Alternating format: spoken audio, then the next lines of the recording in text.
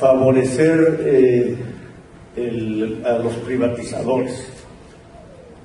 Uno de los primeros es la falta de dinero. Pemex no tiene dinero.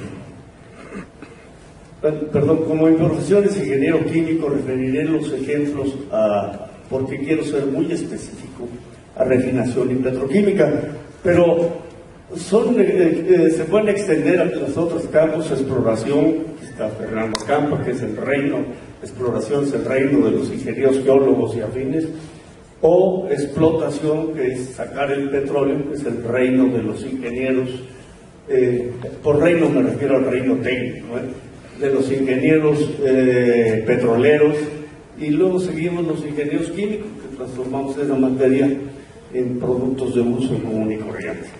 Bien, entonces uno de los argumentos es falta de dinero, y las grandes compañías nos van a traer dinero. Oiga, las grandes compañías no nos van a traer dinero que no podamos traer nosotros.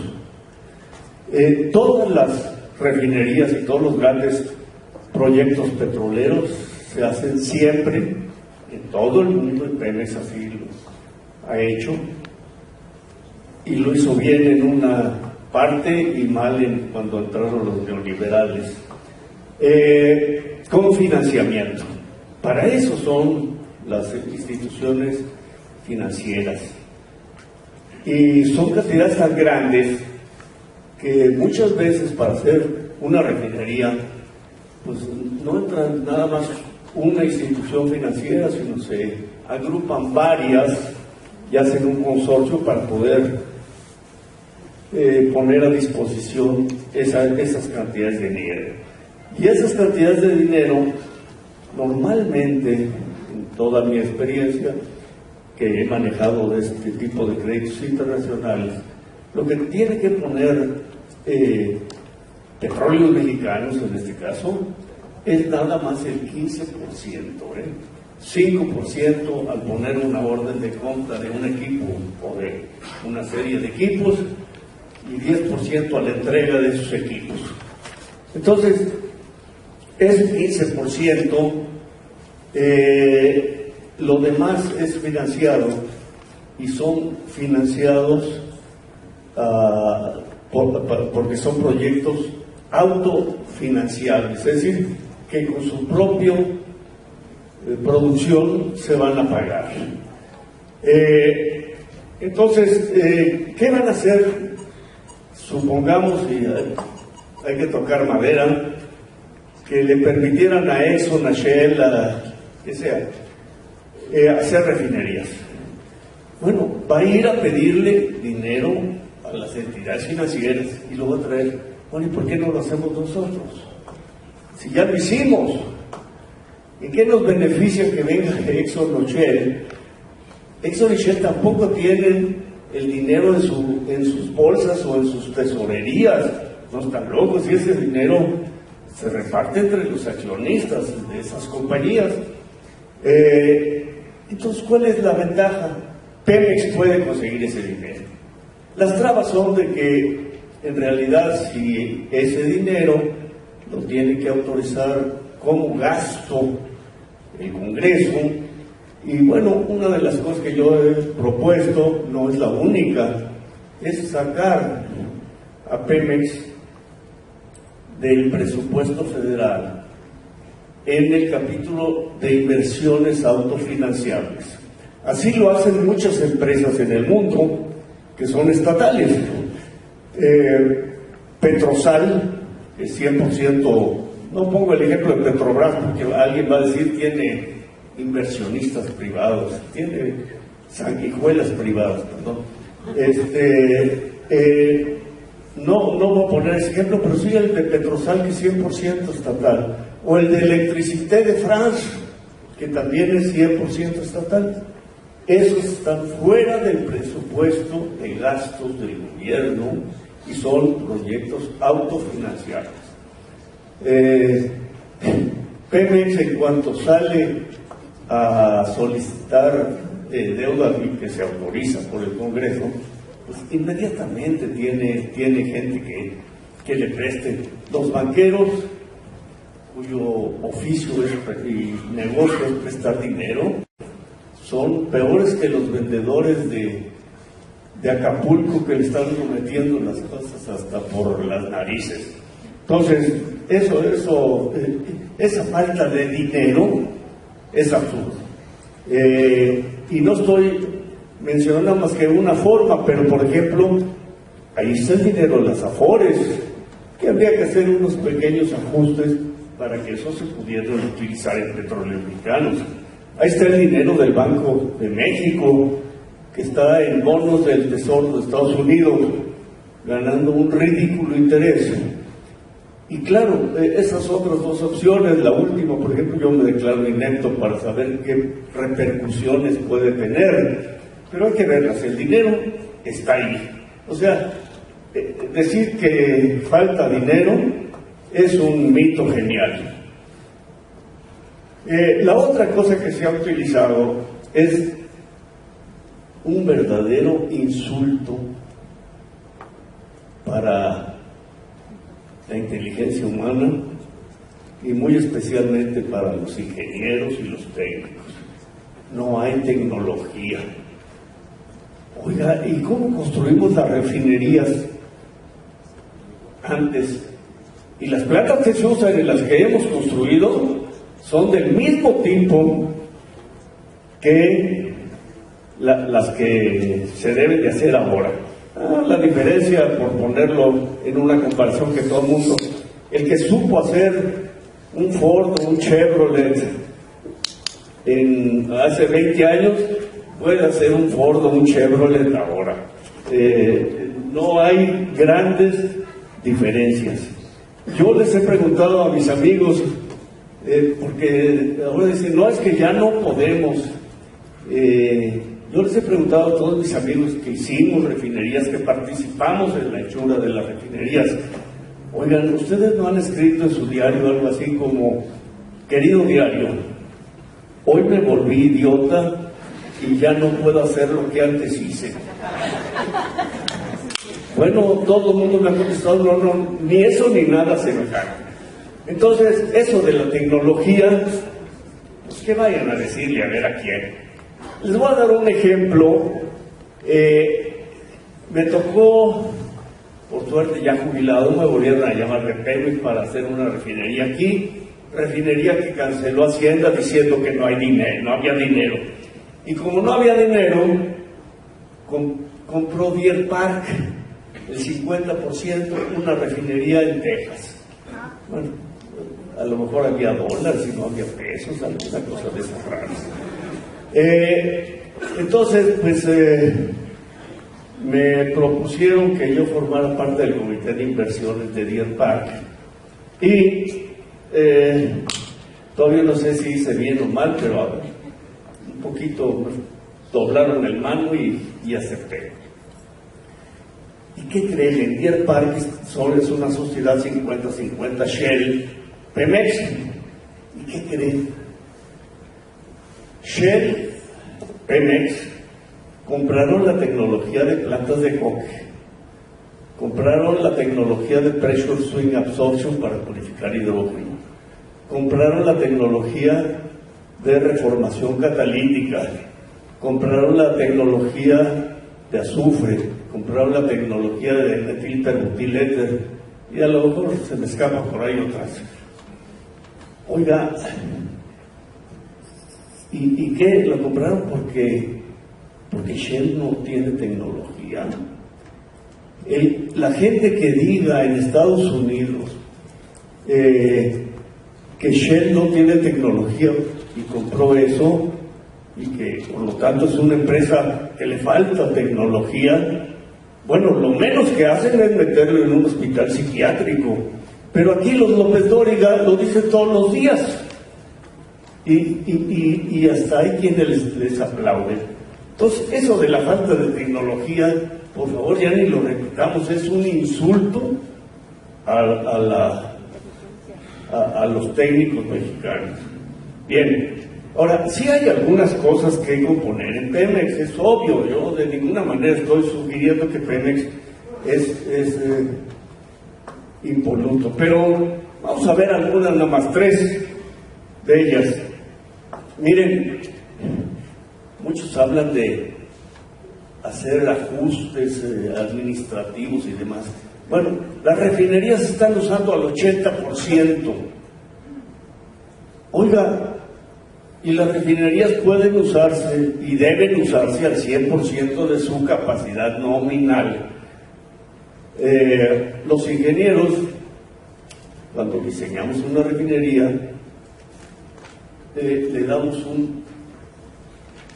una capacidad extra a la capacidad de nominal y las diseñamos con una capacidad superior a la nominal para que los periodos de mantenimiento se absorban y que en promedio en un año se produzca la cantidad que se dijo. Bueno, de esa cantidad nosotros estamos usando las refinerías al 80%. O sea, de golpe y porrazo podemos subir 20% las ventas de los productos de destilados, gasolinas, kerosinas, diésel, turbocinas, gas licuado, etcétera, etcétera. ¿Por qué no lo hacemos? Pregúntense a la Hacienda. Y además dejar de importar las gasolinas. Y con las gasolinas pasa también una cosa muy curiosa, En todos lados, Pemex Refinación es un desastre. Sale con números rojos en la rendición de cuentas, y son cuentas un poco amañadas, pero sin entrar en mucho detalle, PMI, Petróleos Mexicanos Internacional, una cosa que es una pegoste raro en Pemex, que se encarga de las operaciones fuera de México. Importa la gasolina y ¿qué creen? Se la vende en Puerto Mexicano a Pemex Refinación a un precio más alto de lo que Pemex Refinación la vende en el país. Entonces, y eso está en las memorias del Amores, no lo dice así como se los estoy diciendo, pero ahí están los números, y si ven los números y los comparan unos con otros, sale inmediatamente esto. Entonces, pero PMI es impoluto. Inclusive un ex director de Pemex, que no sería prudente decir que es Adrián Layuf, perdón, ya se ves, dice que hay que fortalecer a PMI. Bueno, yo no lo entiendo. Y desde luego hay que privatizar las refinerías. Entonces, fíjense nada más, una refinería que pierde dinero por eso que es ajeno a la rentabilidad o a la operación de esa refinería. No los dejan operar a más de 80 y tienen que vender gasolinas importadas a precio mayor del que las venden. Claro, PMI muestra siempre un estado financiero precioso. Las finanzas y los estados financieros pueden moverse para muchos lados. Otra de las cosas es que hay que ser muy cuidadoso, es el exceso de personal. ¿Qué cosa es el exceso de personal en realidad? Bueno, las comparaciones que se hacen son comparaciones un poco infantiles, las que hacen los locutores o los charlatanes de televisión y de muchos periódicos. Todos los días están dale y duro con que Pemex tiene una enorme cantidad de empleados comparado con Shell, Exxon o alguna otra. Bien, los estudios realmente para comparar dos cosas tienen que ser hechos con mucho cuidado, son estudios técnicos. Nada más les voy a dar, se llaman benchmark, perdón el pochismo, pero así se llama, y nadie lo... Internet es también alguien que diga intrarredes, pues como que no le entienden, ¿no? Entonces, estos estudios de benchmark sitúan y han situado muchos años a Pemex Refinación, en este caso, comparado con Shell. Bueno, en las comparaciones, obviamente, se quitan dos tipos de cosas. Pemex tiene servicios médicos que no los tiene Shell. ¿Por qué? Allá había seguro social, aquí no había seguro social cuando se formó Pemex. Pemex tiene escuelas, ¿por qué? Allá en otros países las escuelas existían por cuenta del gobierno. Aquí, en las comunidades en donde operaba Pemex, pues no había escuelas y tiene la obligación de hacer escuelas, artículo 123, que estuvieron por toda la República, para los trabajadores y para el pueblo en general. Pemex tiene un sistema de comunicaciones, porque el sistema de comunicaciones, ustedes ya no se acuerdan, pero antes los teléfonos eran dos compañías, Mexicana y Ericsson, peleadas a muerte y nunca se expandían. No había una cobertura, y esos eran los teléfonos que son los más usados. No había un sistema de comunicación. Pemex lo tuvo que hacer. Bueno, comparar esas dos cosas, ese personal y otro mucho entre Shell y Shell, digo como ejemplo, y Pemex, pues es un despropósito. Bien, haciendo las cuentas de comprar peras con peras y manzanas con manzanas, resulta que Pemex Refinación tiene 20%, normalmente, siempre ha salido en ese orden, 20% más de personal que la compañía que tiene menos personal en el mundo, o sea, la compañía Benchmark. Hasta ahí, esa es la verdad, pero falta todavía. Aún teniendo 20%, Pemex nunca ha sido la peor, desde ese punto de vista. O sea, no es la que tiene más personal. Hay otras muchas compañías reputadas de altamente eficientes que tienen más personal por muchas causas, buenas y malas. Pero Pemex está en medio. Nada más que lo que nunca dirán los neoliberales es que ese personal, lo que le cuesta a la empresa ese personal, Pemex es Benchmark, siempre. Eso no debe de enorgullecernos, quiere decir que nuestros homólogos de otros lados pues ganan mejor que nosotros, pero de todas maneras es un dato duro para refutar esos argumentos de exceso de personal, bla, bla, bla. Bien, yo creo que me detengo aquí porque si nos quedamos platicando de esto nos da Navidad, Año Nuevo, como el año 2030.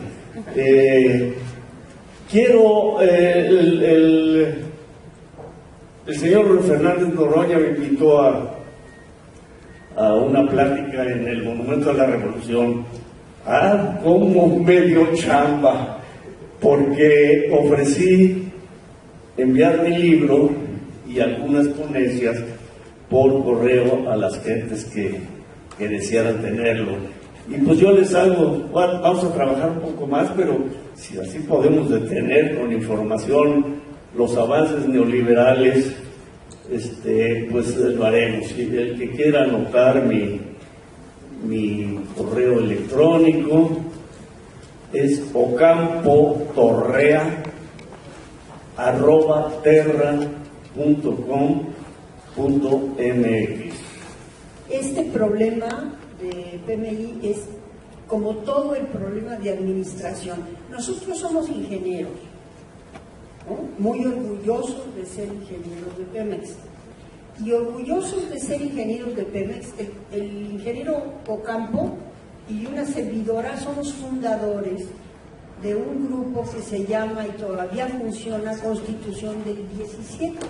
Un grupo de ingenieros que hace 20 años más o menos nos constituimos en defensa de Pemex, porque el problema de la privatización viene de la... Entonces nos conocimos y a mí me da mucho gusto, y ustedes espero que también, encontrarme con el ingeniero, porque él practicó el comercio exterior de los hidrocarburos en general, el comercio exterior de Pemex. Él era un funcionario, pero era un funcionario del estilo antiguo, como éramos todos nosotros. Nosotros siempre fuimos probos, honrados, honestos, y por eso Petróleos Mexicanos es una potencia. De manera que nosotros no aceptamos el prurito de corrupción, porque la corrupción está muy clara de dónde viene, para dónde va y cuán acotada está. Entonces, la parte administrativa, yo escucho también, no viene al cuento, pero lo voy a decir, que el sindicato es un corrupto. Y la verdad es que pues sí tiene corrupción, pero la principal corrupción que tiene Petróleos Mexicanos proviene de la administración del gobierno federal central. Ahí se mueven los miles de millones de dólares. Es una manera de administrar diferente. Hoy estaba escuchando a Peña Nieto decir que querían transformarlo, modernizarlo en holding. Pues sí, Petróleos Mexicanos ya es holding. Antiguamente tenía una estructura como la tienen muchas empresas, administrativa, su dirección, sus subdirecciones, operativa y todos los apoyos administrativos en torno de ella. Después de la modernización neoliberal de la época de Zedillo, pero que empezó con Salinas de Gortari, se cambió totalmente, se modernizó. Nos hicimos internacionales. Nos mandaron a modernizar y a cambiar, y cambiaron totalmente en un grupo en lugar de ser una empresa coordinada. Desde que es grupo, ellos impusieron los costos de los productos, son costos siempre artificiales, ¿eh? Actualmente menos, no tiene nada que ver con la producción. Pero en especial en el momento en que transformaron Pemex de su estructura vertical que tenía original y que debemos intentar volver a ella, con cambios por supuesto, y que hicieron un holding. En este holding, que quiere decir un conjunto de grupos, es un grupo de empresas, eso quiere decir el holding en inglés, también es otro pochismo necesario, porque si no, no se entiende. Bueno, en ese momento, los costos de los productos pasaron a tener la base a que no saben dónde, en Houston. O sea, los productos petroleros se tasaban como si se produjeran en Houston, de manera que las gasolinas y los petroquímicos que se producen, la mayoría se producen a lo largo del Golfo, pero la mayoría en el sureste, todos pasaron a tener pérdidas, no porque tengan pérdidas, sino porque fueron con relación al mercado como si se produjeran en Houston, de manera que a los costos de producción de la refinería o de Pajaritos, que ya lo vendieron cualquiera en Coatzacoalcos, le sumaban el transporte, y entonces hicieron que Refinación, la empresa Pemex Refinación, porque ya pasó a ser la empresa, y la empresa Pemex Petroquímica tuviera siempre números rojos. ¿Me explico? Eso se cambia tranquilamente, pero eso no es lo más grave. Bueno, lo más grave es que no han vuelto a construir una refinería en 30 años, además de lo que dijo Ocampo. Y están vendiendo, la semana pasada vendieron Pajaritos, todas las empresas petroquímicas que fueron producidas por la ingeniería del país. Pero lo que voy es en esta estructura de holding apareció en el piso 22, 23 y 24 de la torre de Pemex, apareció un engendro, porque esa es la palabra que hasta ahorita, totalmente turbio, que se llama, en esa época se llamaba PMI, o se llama Grupo PMI, es un holding dentro de un holding, SADCB. Miren, no lo olviden, porque yo estaba ahí, trabajaba en uno de los pisos y yo no podía entender qué significaba que dentro de la torre de Pemex hubiera unos pisos en los que además nadie podía entrar. PMI, SADCB. ¿Cómo? Pues SADCB es privada. Bueno, desde entonces, y ese es el concedillo, desde entonces, quien maneja las finanzas, el dinero, las ganancias, las pérdidas, todo, del comercio internacional de petróleos mexicanos, esto es, importaciones y exportaciones, no es Pemex, es PMI S.A. de CB con sus subsidiarias, porque es un holding totalmente, por ejemplo, en las Islas Caimán, y paraísos fiscales donde son puras finanzas totalmente volátiles y que no tienen sentido. Bueno, hasta este momento yo les pido que cualquiera de ustedes trate de entrar al IFAI para que les den datos de funcionamiento de PMI. Miren, lo que estoy hablando es serio. La mitad de las gasolinas se importan, que aquí se consumen. La mitad del gas que se está consumiendo se importa. Y 1 millón de barriles diarios de crudo van a Texas. Bueno, con eso yo no he hecho las cuentas, pero me imagino que por lo menos es tan importante como el mercado nacional, si no es que es más importante. De manera que la mitad de las finanzas de Pemex son turbias, no se conocen, no le dan a nadie ninguna explicación y están privatizadas desde la época de Cedillo. Caray, a mí de verdad a veces me desespera, porque dicen, se va a iniciar la privatización, se va a iniciar, ya tiene 30 años, avanzando y avanzando. Bueno, ese asunto de PMI es de extrema gravedad, porque no solo es inconstitucional, como lo son todas las perforaciones que se han hecho hasta hoy, porque no han cambiado el artículo 27 constitucional. Entonces, pero este asunto de PMI tiene que ver con la administración y con las finanzas. Además, alguna directora de PMI que ha de haber sido amante de algún político, así una muchacha muy guapa, estuvo en la cárcel y la sacaron por ratera. O sea, tiene una historia. Forman empresas que no tienen sitio, es el puro nombre, es la especulación internacional a costa de petróleos mexicanos. Y yo me pregunto que tenemos que hacer un esfuerzo por pedir explicación, porque están obligados, no sé, aquí no hay ningún diputado, pero es absolutamente, nadie habla del tema, y es un tema, por lo menos es la mitad de los ingresos de Pemex, de manera que eso que están viendo, que es una maravilla, es puramente la parte nacional. Toda la parte internacional está privatizada en manos de las especulaciones financieras mundiales y son totalmente inconstitucionales, y además, ¿quién se queda con esos dineros? Preguntémosle a Calderón, preguntémosle a Fox y ahora a Peña Nieto. Dos cuestiones que ponen la tela de la aclaración del compañero y que son importantes. La primera, a ver, quiero ser más o menos precisa. Hay una tecnología novedosa que se llama fracking, que lo mismo que la perforación marina de aguas profundas, no es nada del otro mundo, es simple y llanamente que ellos tienen la concesión y la venden.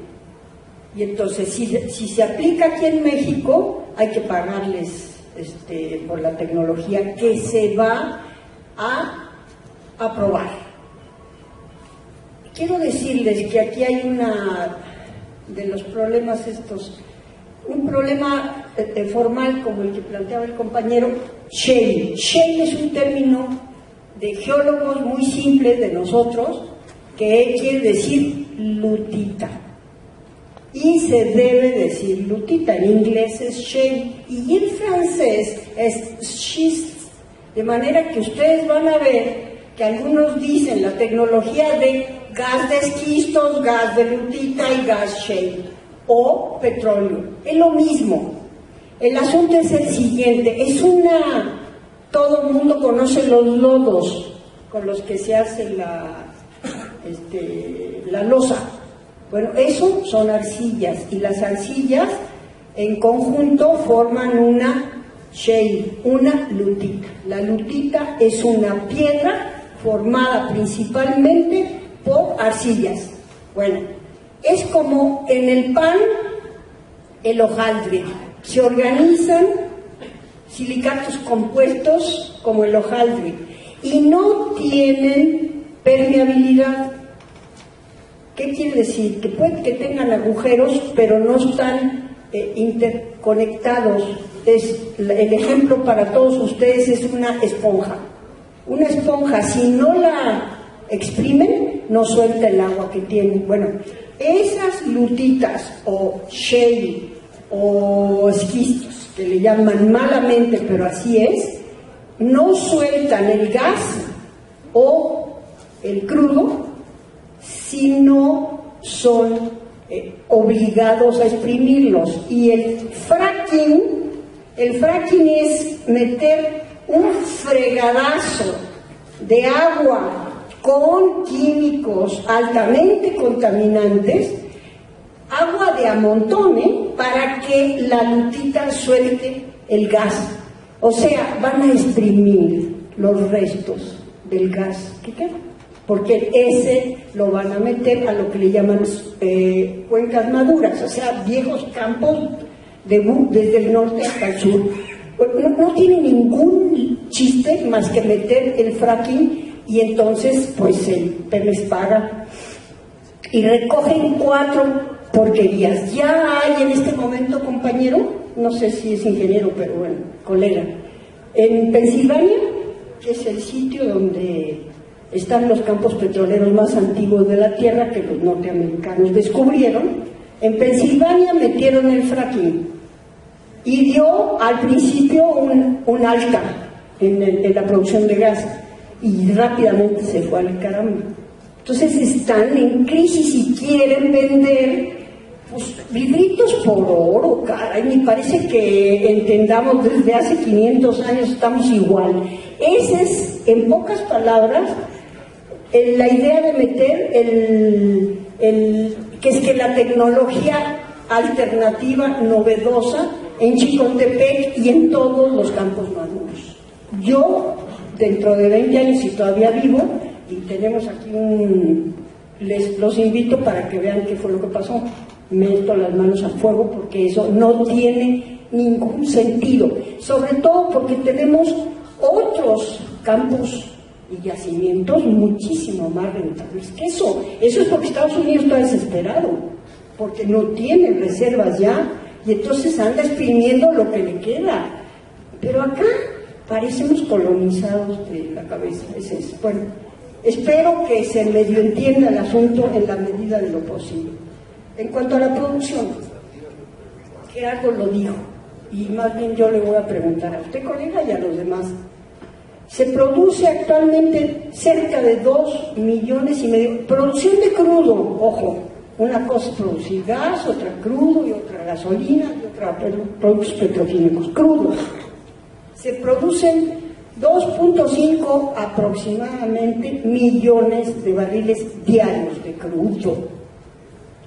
Y se consume 1,5, 2 por la industria ya es nacional. O sea, las transnacionales que funcionan en México consumen no más de 2 millones de barriles diarios para el desarrollo industrial del país. Bueno, pregunto, ¿para qué queremos más? Se supone que lo que sobra se exporta, que es ese 1 millón de barriles que se exporta a Texas. Bueno, el hecho es y la pregunta es para ustedes y para cualquier otro: ¿para qué quieres producir más millones de barriles y sacarlos como materia prima? Porque la desgracia es esa: el crudo se va, 1 millón de barriles diarios se van a Texas, se pagan bajísimos y se compra la gasolina carísima. Bueno, déjalos aquí, no necesitan, nomás métele a las refinerías a que vayan al 100%, y acaba de de construir la refinería que dices que vas a construir. Entonces yo pienso en lo personal que no hay ninguna necesidad de elevar la producción de crudo, excepto porque Estados Unidos lo necesita y Europa y Japón. Digamos, el centro de la crisis actual, que era el centro de los países más desarrollados, requieren más petróleo, pero México y la industrialización y el desarrollo del país no lo requiere. Sin embargo, pues habría que discutirlo, a ver qué es lo que se quiere para elevar la producción. Y, por cierto, allá al compañero hasta atrás, se dice en abstracto, se importa la mitad del gas que se consume. ¿Saben quién lo importa? Repsol, los españoles. Son los que tienen la concesión de traer el gas de Perú, imagínense, y meterlo aquí a México. Y además, al mismo tiempo, conforme se van desarrollando los campos petroleros, sobre todo en el mar, el gas se sigue quemando. Bueno, son problemas de coordinación, porque todo eso son asuntos que tienen que ver con los negocios actuales. Termino con un ejemplo. Se dice, México tiene problemas de exportación de la industria, por ejemplo, automotriz, con relación a la industria automotriz de Brasil. Entonces, ustedes piensen, ¿quién es? Pues es la Volkswagen o es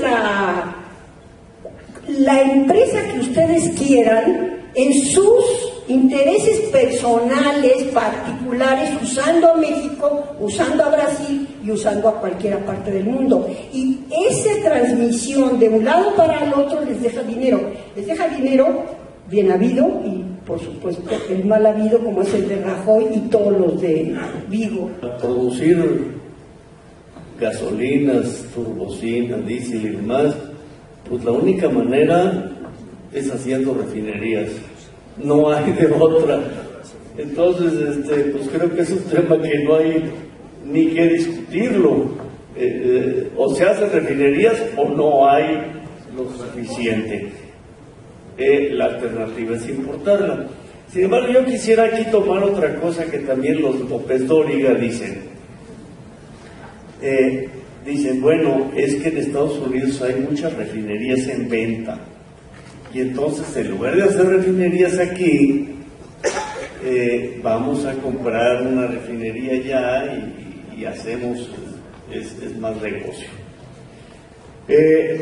Miren, las refinerías que están sin operar en México, en Estados Unidos, son generalmente de lo que se les llama productores independientes. Shell en general no está vendiendo sus refinerías, ni Exxon, ni ninguna gran compañía. Entonces son refinerías, personalmente yo vi unas, hay cosas tan ridículas. Había un par de refinerías en El Paso. La refinería más normal aquí en México es procesa 500,000 de barriles, así números muy generales. Se procesan 1,5 millones en 6 refinerías, pues saquen la cuenta. Nos vendían una refinería de 5,000 barriles en El Paso. Bueno, digo, son vaciladas, ¿verdad? Y había otra en Nueva Orleans que decían, bueno, se la regalamos con tal de que nos den crudo y lo que nos den es bueno. Bueno, era una refinería patito, creo que la diseñó el Instituto Patrulla, o Patrol, ¿no? Digo que francamente era, es ridículo. Entonces, pero además, Pemex debe de dar empleo allá a los americanos, aparte de las otras consideraciones. O debemos de hacer que las refinerías se construyan aquí, utilizando la mayor parte de equipos mexicanos, que eso es ser palanca del desarrollo. Déjenme nada más decirles una cosa potencial. Antes teníamos 20 millones de hombres hora en ingeniería. No es suficiente para construir de nivel del mejor del mundo, no como los unquiones y esas cosas que vinieron aquí a hacer refinería.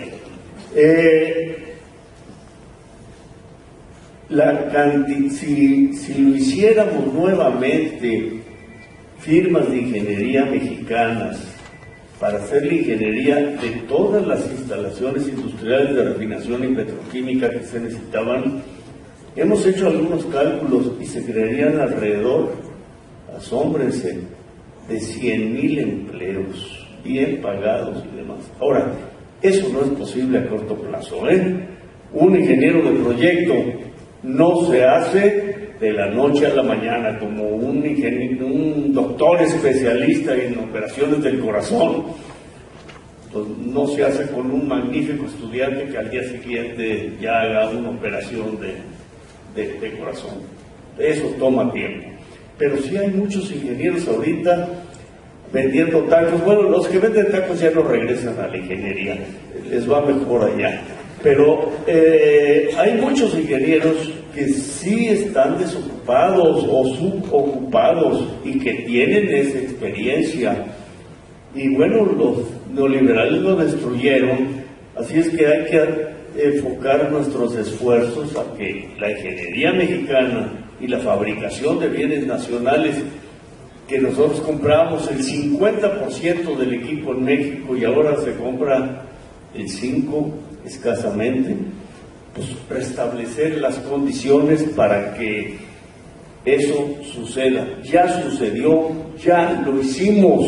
Con la división de Pemex y la ruptura de las cadenas productivas, recuerdo ahora que la ingeniera Silvia Ramos señaló que un barril de petróleo extraído genera un empleo, un barril de petróleo refinado crea 6 empleos, pero un barril de petróleo en petroquímica genera 60 empleos. De eso estamos hablando. Una estructura que contiene petróleo crudo o gas puede estar está en la corteza terrestre, digamos, ¿sí? Puede estar muy cerca de la superficie o puede estar muy profundo. Por ejemplo, los campos petroleros del sureste tienen tirante de agua, se llama, es poco profundo, menos de 100 metros, pero están a 7,000, 5,000, 6,000 metros los yacimientos. ¿Me explico? Bueno, entonces hablar de las aguas no es más que un asunto tecnológico. O estás en tierra o estás en el mar. ¿Y para qué? Pues para perforar donde están las estructuras. Las estructuras en aguas poco profundas se siguen, se están explotando y se están explorando. El asunto es que aquí, desde hace unos 20 años o más, del puerto de Veracruz a Texas, hagan de cuenta ¿cómo se llama? Un abanico de estos, así, pero del tamaño de la Sierra Madre Oriental, corre inundado, está abajo, desde Veracruz hasta Texas. Y la diferencia nada más está en esto, miren, ¿ya? Inclinada de sur, que está Veracruz, de geografía, para que vean que la geografía se necesita también, de Veracruz a Texas. La diferencia es que las aguas del Golfo están aquí. Y entonces, en Veracruz están en aguas poco profundas y cerca de la frontera están en aguas muy profundas. Entonces, han decidido y están perforando en aguas profundas, pegados a Texas. Nosotros Los geólogos nos preguntamos que eso no tiene sentido. ¿Por qué razón? Porque ya cerca de Veracruz se sabe que producen gas y producen crudo ligero, que es por cierto valioso. Entonces, cerca de Veracruz además está el descubrimiento, pero después es la tubería, porque descubres que hay petróleo, pero ¿dónde lo llevas? ¿Cómo? Entonces tienes que meter ductos hacia la refinación, las refinerías y hacia las plantas petroquímicas, ¿no? Entonces, en Veracruz hay ductos, porque hay campitos, viejos campos, anegada, por ejemplo, abajo del agua. Si tú empiezas a perforar esos miles de estructuras que hay de aquí a Texas, porque reserva tenemos, por Veracruz es más barato y está al alcance y a las necesidades mejores de nosotros, de los mexicanos. Sin embargo, pregúntese por qué empezaron justo en la frontera. Justo en la frontera donde hay un tirante de agua de 2.000, 1.500, 2.500 metros de agua, lo cual requiere tecnología más compleja, más cara, más que otra cosa además. Entonces, ya que se perforó, se tienen 2 pozos, a mí no me cuenten, dicen que son 11, pero no sé cuáles son los otros, pero hay 2 que descubrieron. ¿Qué hacemos con ese gas descubierto? Que es bastante, unas reservas probadas mayores, ¿qué hacen con ellos? ¿Qué te dice un neoliberal? Oigan, no hay tuberías para Reynosa, que es la parte más cercana, ¿no? No hay para nada de la costa de Tamaulipas. No, pues nos sale más barato enchufarlo a los series de estructuras, de ductos que tiene Texas, en todo el Golfo de México. De manera que, en la práctica, todos los descubrimientos que se hagan en aguas profundas, no solamente Pemex los va a pagar, sino que además le van a servir a Estados Unidos para, ahora sí que correr la frontera de hecho, sin ninguna necesidad. No es Brasil. Brasil no tiene petróleo en tierra. Ese es el problema, y Brasil lo tiene offshore, que se llamaba antes, ahora ya no sé. O sea, mar adentro, o no tiene petróleo, pues entonces tiene que desarrollar lo mismo que la Statoil e Inglaterra, que tenían el Mar del Norte, pues no tenían más que las estructuras en el fondo del mar. Pero México no tiene ninguna necesidad, no estamos diciendo que para qué aumentamos la producción. ¿Quién tiene prisa? Digamos, es totalmente irracional e innecesario, y es cargar con los costos de esas empresas para que Estados Unidos corra su frontera y se lleve el gas y el petróleo. Ese es el hecho. Y nada de el tirante de agua, pues lo tenemos más facilito en el sur, acá cerca de Veracruz, tranquilamente. Pero antes que eso, en el grupo de nosotros se ha insistido en que todavía entierran por sacar mucho petróleo. Entonces, si no, ¿para qué? ¿Quién quiere los 2.5 millones de barriles diarios de crudo y no sé cuánto de gas? ¿Quién los quiere? A ver, dijo, no explican, son puras verdades a medias, donde la gente además no entiende nada, y bueno, claro, entonces te la dicen como una verdad, pero es más bien que hay que bajarle a la producción y tranquilamente decidir para dónde queremos que vaya. Alguien preguntaba que si hay un estudio serio sobre qué pasaría si se aprueba la reforma de Enrique Peña Nieto. Hay 2. Uno se hizo en 1950. Si oyeron bien, se hizo en 1950. El libro se llama Petróleo, lo escribió José Domingo Lavín, y cuenta toda la historia desde finales del siglo XIX hasta 1938, todas las tropelías que las transnacionales del petróleo hicieron. Quisieron derrocar gobiernos revolucionarios. Hay quien sostiene que la muerte de Carranza y de Madero tiene que ver con ese tema. Plantea concretamente, imagínense, si hoy tierras fértiles, a comunidades se les despoja de esas tierras fértiles, porque son buenas para la producción, o porque hay oro, plata, cosas de esta naturaleza, imagínense lo que hacían las transnacionales del petróleo en México para despojar a comunidades, a pueblos, a personas, con yacimientos petroleros. Bueno, llegaron a tal arrogancia que decían que el petróleo era de ellas, y que el artículo 27 constitucional era espurio, y que no lo aceptaban. Bueno, llegaron a tal arrogancia que negaron un aumento salarial a los trabajadores petroleros, porque decían que no les alcanzaba el dinero. Y luego cuando se les expropió dijeron, no, sí tenemos ese dinero.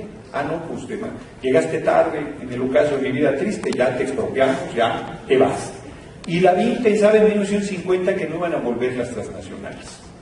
Han vuelto y están a punto de apoderarse nuevamente de toda la riqueza petrolera del país si se aprueba la reforma. El otro estudio serio lo hizo Lorenzo Menis, se llama Orígenes del Nacionalismo Petrolero en México, y es otro libro que documenta todas las trapacerías de la industria petrolera en México. Fuimos el segundo productor de petróleo crudo más importante del mundo en los 20 y no hubo ningún beneficio para el país, pero la pongo más fácil. Hay un estudio más chiquito, que es el decreto de expropiación y el discurso de expropiación del presidente Lázaro Cárdenas, donde dice todo lo que hicieron las transnacionales y por qué se ve obligado a tomar la determinación. Eso viene aquí también, pero lo encuentran en internet, está. Y el libro de Silva Gerso, que fue uno de los 3 que hicieron el estudio de la situación de las petroleras, que es de 1940, El petróleo mexicano, creo que se llama el libro, de Jesús Silva Gerso. Son documentos obligados, pero si inclusive no quieren leer, en YouTube está el discurso del general Lázaro Cárdenas, que dura 10 o 11 minutos, 16 minutos. Y lo escuchas, no lees nada, y ahí dice todos los argumentos de lo que las transnacionales del petróleo hacían y por qué las expropiaron. Ahí está documentado lo que Peña Nieto quiere para el país. Ese es, me parece, el estudio más serio, que es la historia, porque se olvida que las transnacionales ya tuvieron el control del petróleo en México. Y termino, perdón, me alargué un poco, pero Obregón, que era, el término técnico preciso es ser un cabrón bien hecho. Era un tipo con muchas agallas, con mucha determinación, y las transnacionales lo doblaron, obligándolo a firmar los acuerdos de Bucareli, que decían que el artículo 27 constitucional no se aplicaría de manera retroactiva en su caso. Imagínense si a Obregón, imagínense a Peña Nieto. No, a ese lo tienen, no en cargo, lo tienen de tapete, pasan encima de él y de regreso. En ellos y en ese Congreso, salvo honrosas excepciones, no podemos confiar. Como alguien decía por ahí, tenemos que confiar en el pueblo de México. No vale el argumento de que la gente no quiere luchar. La pregunta es si cada uno de nosotros quiere luchar. La pregunta es si cada uno de nosotros quiere participar en esta hazaña que vamos a tener que realizar para salvar al petróleo y con ello salvar a la patria.